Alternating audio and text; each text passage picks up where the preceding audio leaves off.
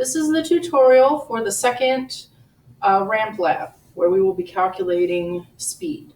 So the materials that you need to set this up are the same as the first lab with the addition of some kind of a stopwatch. And I'll be using the one that's in my phone. So the same car would be great. The same ramp surface would be fine.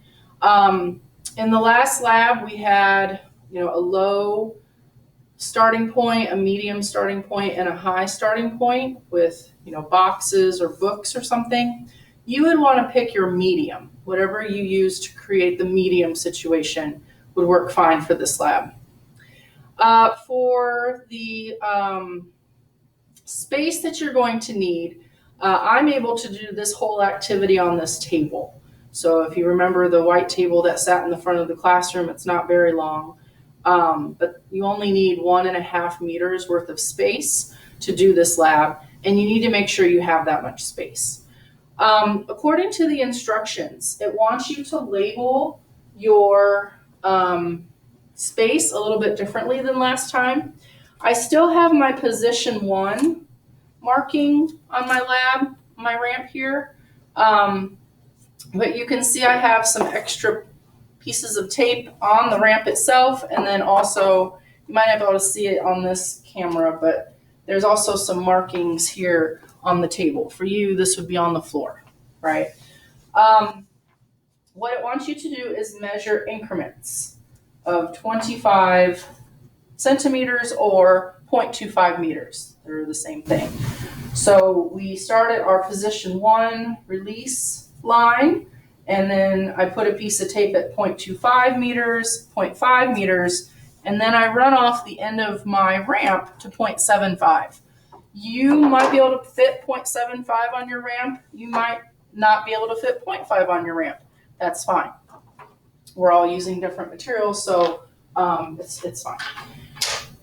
Just understand that some of your lines will be on your ramp and some of them should be out on the floor. What this ramp setup does is we're looking to see, does the car pick up speed, maintain speed, or lose speed as it travels? So this is easier if you have a helper to stand at the, you could imagine all of those as finish lines to stop the stopwatch, but you can do it by yourself. You just have to, maybe practice hitting the button at the same time, at the right time. So what you'll do after you have marked your distances, the data table starts with 0.5 meters. I felt that 0.25 meters was just too close to the starting position for you to really be able to get on that timer and stop it. So we're going to skip that one and just use 0.5 to 1.5 as our increments for measuring. When you open your stopwatch, you would want to start the timer when you let go of the car, and then when it gets to the first distance marker, is what the data table calls them, you hit stop and you write that down. You might want to do a couple practice runs before you start recording just to see how that works. It's pretty quick. Some of these shorter distances, you really have to be ready to go. But you're going to do this 3 times and then average the times together.